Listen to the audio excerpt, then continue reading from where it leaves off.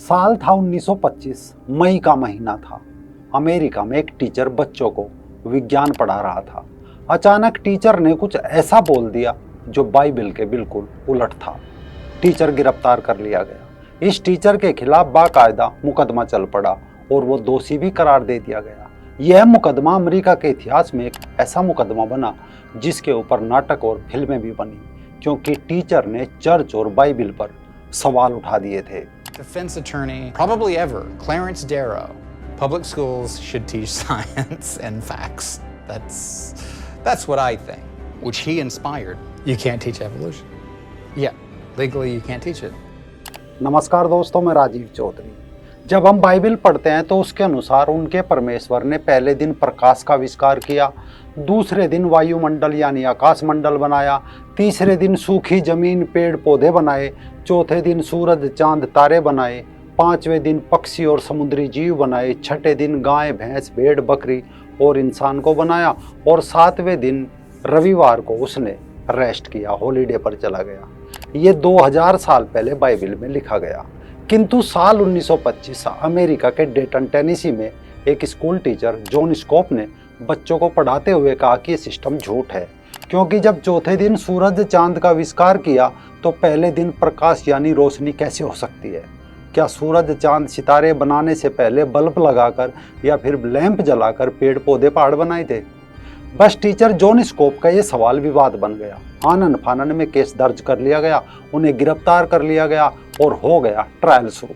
Teacher ने अपने बचाव में डार्विन की विकासवाद की थ्योरी का सहारा लिया। बताया चार्ल्स डार्विन ने 1858 में क्रम विकास यानी विकासवाद का सिद्धांत दिया था कि इंसान कहीं से टपका नहीं, बल्कि वो धीरे धीरे बंदर से सुधार होते होते इंसान बना, यानी बंदरों के कर्मिक विकास से इंसान का निर्माण हुआ। अब डार्विन का नाम आते ही आग और भड़क गई, क्योंकि डार्विन द्वारा लिखे गए कई पत्रों और उनकी किताबों में बाइबिल के प्रति उनके विरोधी विचार साफ नजर आते हैं। अपनी जीवनी में डार्विन ने लिखा था कि जिन चमत्कारों का समर्थन बाइबिल करती है उन पर यकीन करने के लिए किसी भी समझदार आदमी को प्रमाणों की आवश्यकता जरूर महसूस होगी। बहरहाल जुलाई 1925 अमेरिका डेटन टेनेसी में धर्म विज्ञान और पब्लिक स्कूल के मिश्रण ने इसने आग पकड़ ली थी। मुकदमा चला, ऐसा मुकदमा जिसे लेकर सड़कों पर, पार्कों में, दुकानों पर, बाजारों में हर तरफ चर्चा चल पड़ी। इस ट्रायल को नाम दिया गया स्कोप ट्रायल और कुछ ने कहा इसे मंकी ट्रायल। भीड़ जानना चाहती थी कि टीचर सही है या बाइबल। इस कारण कोर्ट के अंदर इतनी भीड़ जमा होने लगी। देखते ही देखते ये मुकदमा आम अमेरिकियों के लिए सर्कस, विज्ञान के लिए चुनौती और मीडिया के लिए मनोरंजन और इस खबर को बेचने की चीज बन गया। कोर्ट रूम में रिपोर्टरों और लोगों की भारी भीड़ को देखकर एक जज ने 7वें दिन सुनवाई खुले में करने का आदेश दे दिया। 2 वकील खड़े हुए। पादरी और चर्च की ओर से वकील थे विलियम्स जेनिंग्स ब्राउन, और अमेरिका में जो बाइबिल विरोधी थे, जो अपने आप को नास्तिक कहते थे, उन्होंने स्कूल टीचर जॉन स्कोप के बचाव के लिए खड़ा किया क्लेरेंस डारो को। मुकदमा चल पड़ा। पहले दिन जज स्कोप ट्रायल की सुनवाई कर रहे थे। जज जॉन रोलस्टन ने अमेरिकी और पक्षकारों को साफ हिदायत दी कि वे कोर्ट में चार्ल्स डार्विन के जीवन की उत्पत्ति और विकास संबंधित स्थापित थ्योरी के बारे में विचार विमर्श करने की यहाँ पर कोई जगह नहीं है। यहाँ मुकदमे से संबंधित सुनवाई होगी, यानी डार्विन की थ्योरी बचाव पक्ष में नहीं दी जा सकती। इसके लिए टीचर जॉन स्कोप्स को कोई दूसरा सबूत देना पड़ेगा जो ये साबित करता हो कि बाइबिल झूठी है। इसके बाद मुकदमों में कुछ खास बचा नहीं था। मुकदमा सरकारी वकील के पाले में पहुंच गया था। ये एक तस्वीर साल 1925 की है। पॉलिटिको की ये तस्वीर गवाह है कि स्कोप्स ट्रायल उस समय इतना चर्चित हुआ था कि इस पर जगह जगह तरह तरह की बहस हुआ करती थी। केवल इतना भर नहीं, मुकदमा लोगों को के लिए इतना दिलचस्प बन गया कि शिकागो स्थित एक रेडियो स्टेशन ने हर शब्द को प्रसारित करने के लिए डेटन में नए नए उपकरण, टेलीफोन और कैमरों के लिए प्लेटफार्म लगाए ताकि पूरा देश इस मुकदमे को सुन सके। इसके लिए रेडियो स्टेशन को प्रतिदिन $1000 का खर्च उठाना पड़ा, लेकिन बताया जाता है कि इससे उसने हर रोज $13,000 की कमाई की थी। दरअसल इस ट्रायल के कई पहलू निकलकर सामने आए जो अपने आप में होश उड़ा देने वाले थे। ट्रायल कुल 11 दिन चला, 10 जुलाई से 21 जुलाई तक। सुनवाई के बाद फैसला सुनाने में ज्यूरी ने सिर्फ 9 मिनट का समय लिया और टीचर स्कोप को दोषी करार देकर उस पर $100 का जुर्माना लगा दिया गया। टीचर स्कोप दोषी साबित हुआ। कहा गया कि उनके पास बाइबिल को गलत साबित करने के कोई ठोस सबूत नहीं थे। अतः अदालत उन्हें गलत साबित करते हुए उन पर $100 का जुर्माना लगाती है।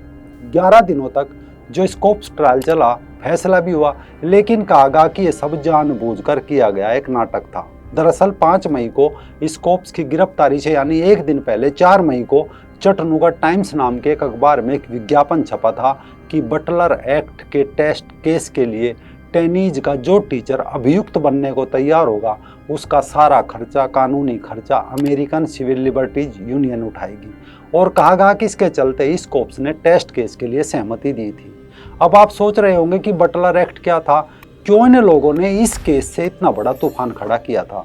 दरअसल साल 1925 में ही तमाम औपचारिकताओं के बाद कानून निर्माता जॉन वाशिंगटन बटलर द्वारा एक कानून टेनीज में लागू हुआ था। इसमें साफ लिखा था कि किसी भी सरकारी या प्राइवेट स्कूल में अगर जीवन संबंधी ऐसी कोई एक थ्योरी पढ़ाई जाती है जो बाइबिल में लिखित मनुष्य की दैवीय उत्पत्ति के सिद्धांत को खारिज करती है और कहती है कि मनुष्य तुच्छ जीवों के कर्मिक विकास से विकसित हुआ, तो वो गैर कानूनी होगा। यानी चार्ल्स डार्विन की थ्योरी पर अगर कोई देगा तो उस पर मुकदमा होगा। इस कानून के पास होते ही एक अमेरिकन सिविल लिबर्टीज यूनियन, जो खुद को बाइबिल विरोधी कहते थे, जो विज्ञान के समर्थक थे और बाइबिल में सूरज का पृथ्वी के चारों ओर चक्कर लगाना, एक हफ्ते में ब्रह्मांड का निर्माण करने वाली थ्योरी का विरोध करते थे, उन्होंने इस कानून को चुनौती देते हुए ये एक टेस्ट केस किया था ताकि वो जांच सके कि आम अमेरिकी इस बारे में क्या सोचते हैं और अपनी क्या राय रखते हैं। मामला केवल इतना भर नहीं था, इस केस के पीछे डेटन शहर के नेताओं का भी बड़ा हाथ था। उनका मानना था कि विकासवाद की थ्योरी वाला ये मामला उनके शहर का नाम दुनिया भर में रोशन कर देगा। दरअसल डेटन एक छोटा शहर था जहाँ के लोग व्यवसाय और पर्याप्त पैसा कमाने के लिए संघर्ष कर रहे थे। उन्हें लगा कि मुकदमे से होने वाला पर्यटन पैसा कमाने का एक बढ़िया जरिया हो सकता है। अब आप सोच रहे होंगे टीचर स्कोप्स का क्या हुआ और आज डार्विन की थ्योरी अमेरिका में क्यों पढ़ाई जा रही है। दरअसल लोअर कोर्ट के फैसले के बाद अमेरिकन सिविल लिबर्टीज यूनियन इस मामले को लेकर सुप्रीम कोर्ट गई। 2 साल बहस के बाद जुर्माना खारिज कर दिया गया। अब इस मामले में 2 अजीब चीज हुई। एक तो बाइबिल का पक्ष रखने वाले वकील विलियम्स जेनिंग्स ब्राउन की न्यायालय के परिसर में पादरियों द्वारा एक बड़ी प्रतिमा बनाई गई। दूसरी, टीचर स्कोप्स के नाम पर एक कॉलेज बना दिया गया और कहा गया कि विज्ञान को मानने वाले स्कोप्स के कॉलेज में चले जाए और बाइबिल के समर्थक वकील विलियम्स जेनिंग्स ब्राउन की प्रतिमा की पूजा करें। लेकिन मामला यहाँ भी खत्म नहीं हुआ।